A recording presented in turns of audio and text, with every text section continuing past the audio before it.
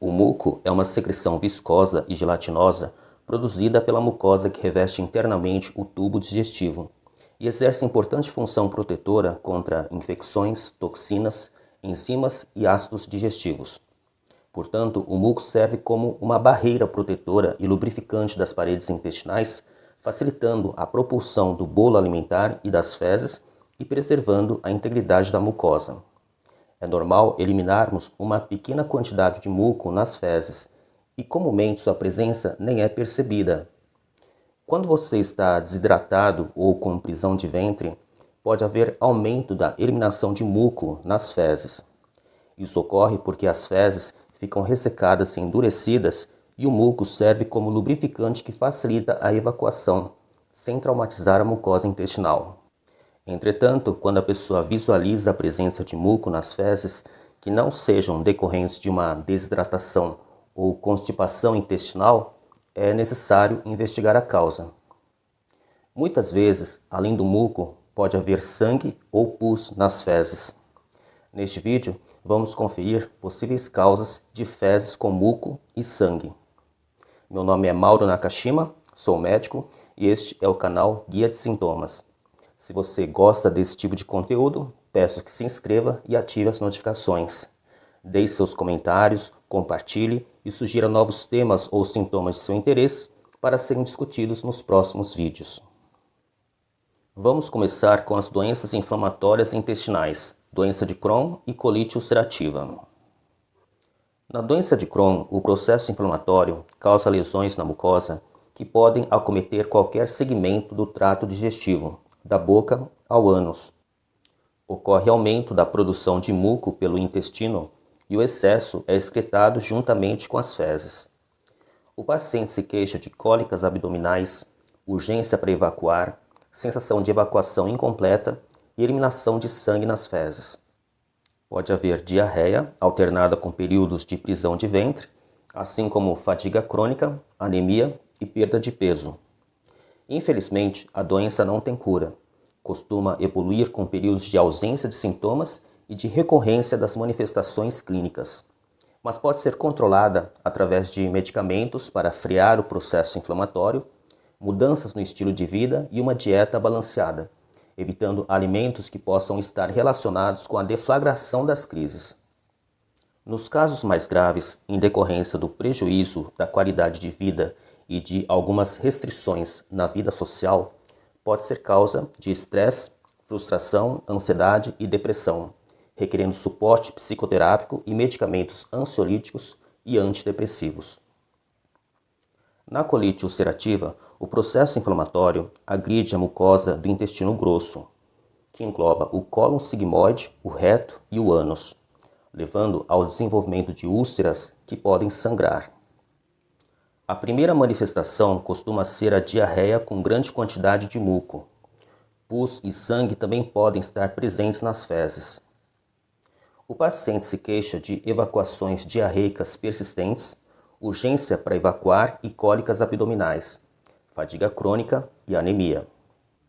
Pode cursar com períodos assintomáticos e de exacerbação dos sintomas. É uma doença que pode ser controlada, mas não existe cura definitiva. Você já ouviu falar em síndrome do intestino irritável? Nesta condição médica ocorrem espasmos musculares da parede intestinal, que são desencadeados por gatilhos, seja uma situação estressante, determinados alimentos ou alterações hormonais. O trânsito intestinal dos alimentos fica acelerado, resultando em diarreia aquosa e fezes com grande quantidade de muco. Pessoas com essa condição costumam se queixar de dor, cólicas e distensão abdominais, excesso de gases, sensação de evacuação incompleta, muco esbranquiçado nas fezes, podendo cursar com diarreia, prisão de ventre ou ambas em períodos intercalados. O diagnóstico dessa síndrome ocorre quando outras causas mais frequentes dessas manifestações clínicas são descartadas. Uma avaliação nutricional poderá auxiliar na elaboração de dietas e evitar alimentos suspeitos de atuarem como gatilho da síndrome. Dedicar-se a atividades que combatam o estresse também pode ser útil na melhora da qualidade de vida. Você sabe o que é proctite? É uma inflamação aguda ou crônica da mucosa que reveste a parede do reto. Algumas infecções sexualmente transmissíveis podem causar proctite, como sífilis, gonorreia, clamídia ou herpes.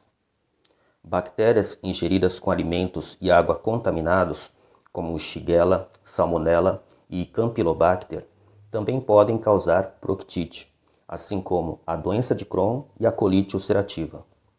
Proctite também pode ser decorrente de fissuras e lacerações anorretais, decorrentes de uma penetração anal violenta ou após a introdução de brinquedos sexuais. Podem apresentar proctite as pessoas que praticam sexo químico. A proctite ocorre quando elas introduzem bebidas alcoólicas e substâncias psicoativas no reto, onde são mais rapidamente absorvidas para a corrente sanguínea com o intuito de potencializar o prazer sexual. Radiação da região pélvica ou de abdômen inferior para tratamento de câncer pode causar proctite por radiação. Uso indiscriminado de antibióticos como penicilinas, clindamicina e cefalosporinas elimina as bactérias benéficas que colonizam o intestino, propiciando a proliferação de uma bactéria patogênica chamada Clostridium difficile, que pode infectar e inflamar a mucosa do intestino grosso e do canal retal, causando colite e proctite. A pessoa com proctite apresenta dor, sangramento, eliminação de muco e pus, e sensação de plenitude no reto e canal anal, urgência para evacuar e desejo de evacuar várias vezes ao dia. Outras manifestações clínicas são cólicas abdominais, evacuações dolorosas, fezes com muco, sangue e pus, diarreia ou prisão de ventre e ínguas nas virilhas. Você pode apresentar fezes com muco, pus e sangue se contrair uma infecção gastrointestinal. Bactérias invasivas são ingeridas juntamente com água e alimentos contaminados. Shigella, Escherichia coli, Campylobacter e Salmonella são alguns exemplos. Entamoeba histolítica, ou simplesmente ameba, é um protozoário que também leva à eliminação de fezes muco-sanguinolentas. As enterocolites invasivas cursam com náusea, vômitos, queda do estado geral, cólicas abdominais intensas, evacuações frequentes que podem ser de pequeno ou grande volume, febre, perda de apetite, fadiga e desidratação. O tratamento consiste na administração de soro caseiro ou reposição de fluidos e eletrólitos por via intravenosa, antibiótico terapia nas infecções bacterianas e medicações sintomáticas. Logicamente, não poderíamos deixar de falar sobre o câncer de intestino grosso. A proliferação de células tumorais se inicia na mucosa que reveste internamente a parede do intestino grosso. Cólon sigmoide, reto e ânus são as localizações mais frequentes do câncer de intestino grosso. São fatores de risco que podem aumentar a probabilidade de desenvolver lesões intestinais malignas, doença de Crohn e colite ulcerativa grave, consumo excessivo de alimentos gordurosos e dieta pobre em fibras, alcoolismo, tabagismo e herança genética. Além da eliminação de fezes com muco e sangue ou de sangue vivo às evacuações, o paciente pode apresentar fadiga crônica, fraqueza, perda de peso, anemia, dor e cólicas abdominais, excesso de gases, vontade frequente de evacuar e sensação de evacuação incompleta. Pode haver alteração do hábito intestinal, com prisão de ventre ou saída de fezes finas como lápis, escuras como borra de café ou misturadas a sangue vivo. Nos casos mais avançados, o processo tumoral pode obstruir a passagem do bolo fecal pela área estreitada, interrompendo a eliminação de gases e fezes. O diagnóstico do câncer coloretal é feito com a realização de colonoscopia, um exame endoscópico que permite a visualização do intestino grosso por dentro, a identificação da lesão suspeita e a coleta de material para exame microscópico. A doença celíaca também pode ser causa de fezes com muco. O glúten é uma proteína presente em cereais como trigo, centeio e cevada. Na doença celíaca, a ingestão de glúten induz a produção de anticorpos que agridem e inflamam a mucosa do intestino delgado. Uma das primeiras manifestações dessa doença autoimune é a diarreia aquosa, que pode cessar em média 4 semanas após o início do tratamento e da dieta sem glúten. Outro achado clínico frequente é a barriga inchada, causada pela inflamação intestinal e pelo aumento da produção de gases. O glúten pode causar distensão abdominal até mesmo em pessoas sem doença celíaca. Pessoas com doença celíaca comumente se queixam de baixa qualidade do sono e as lesões da mucosa intestinal comprometem a absorção de nutrientes, vitaminas e sais minerais, prejudicando a geração de energia necessária ao bom funcionamento das células, eventos que resultam em fadiga crônica, fraqueza, desnutrição e perda de peso. Como a absorção de ferro também está prejudicada, é comum desenvolver anemia. Pacientes celíacos podem apresentar prisão de ventre.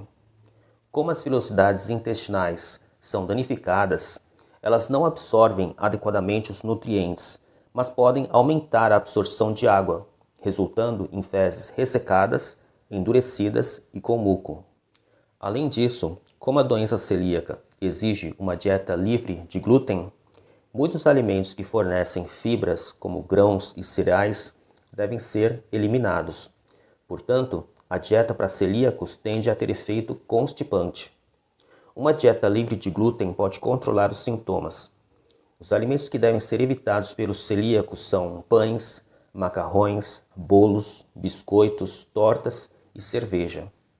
Alimentos liberados para os celíacos são carne vermelha, aves, peixes, frutos do mar, ovos, laticínios, verduras, legumes e frutas.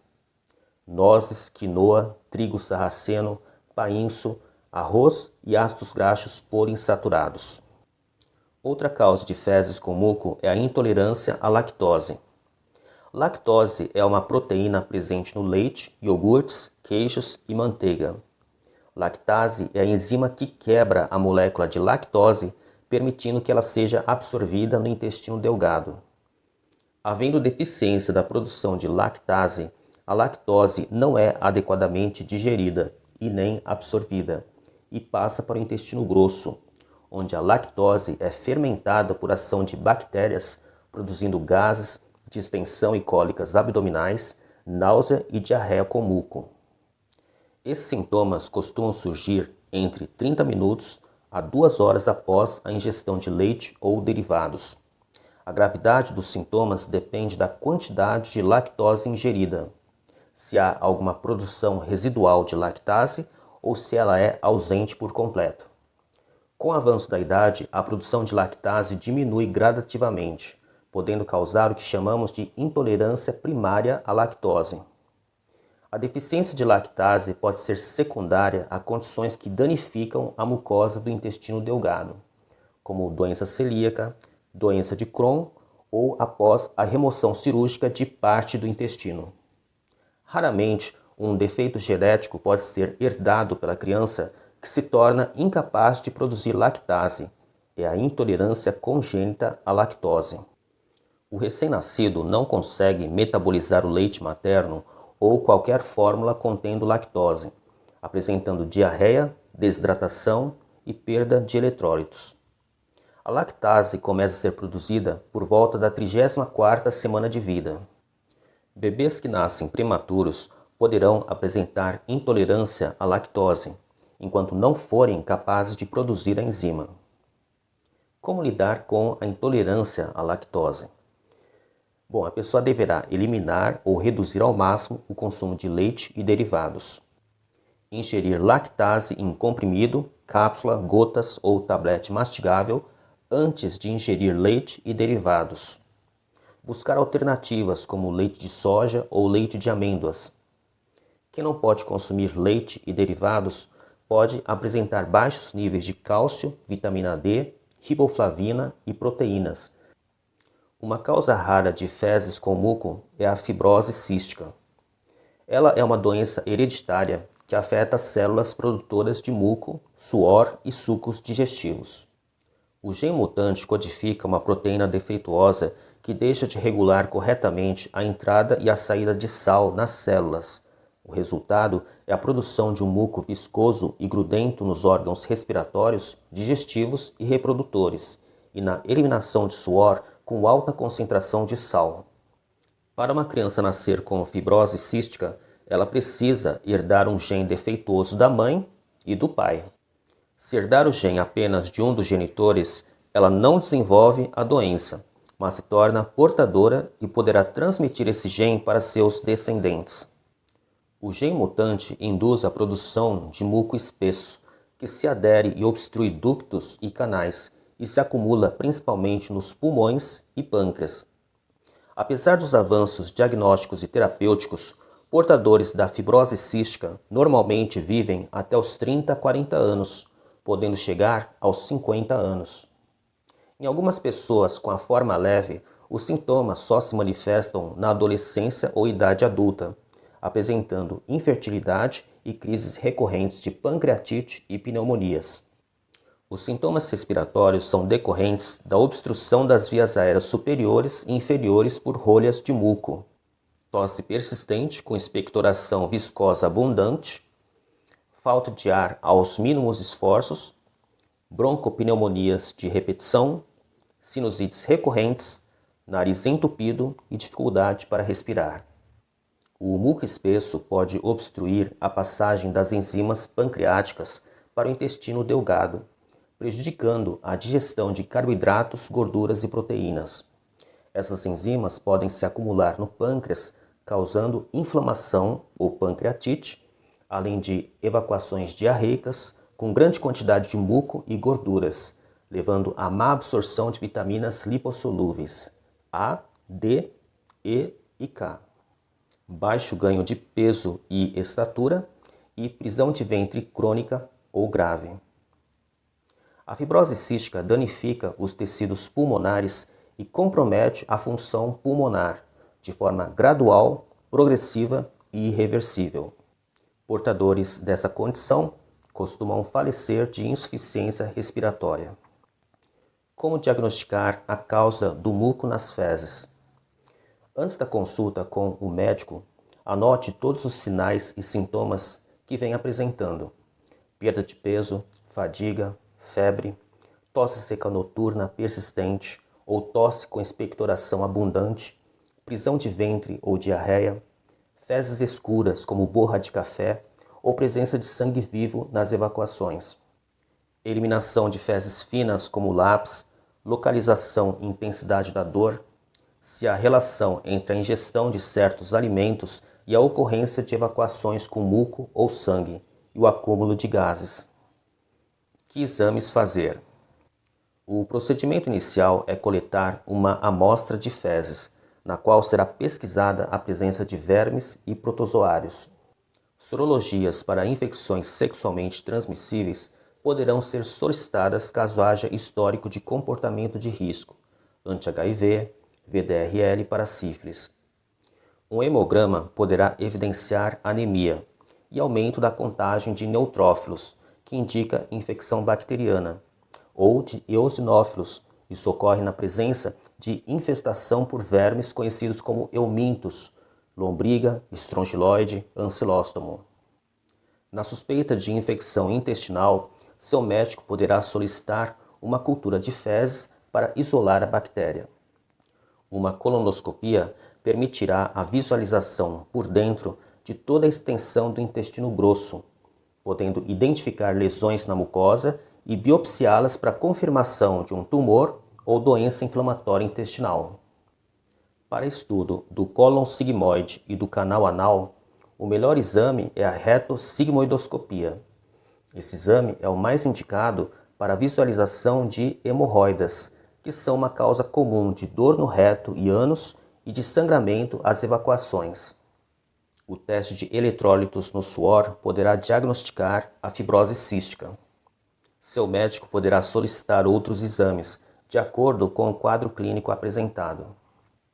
Mantenha calma, mas não postergue a consulta com seu médico de confiança, para que ele investigue a causa, defina o diagnóstico, encaminhe para a especialidade pertinente e seja instituído o tratamento precocemente.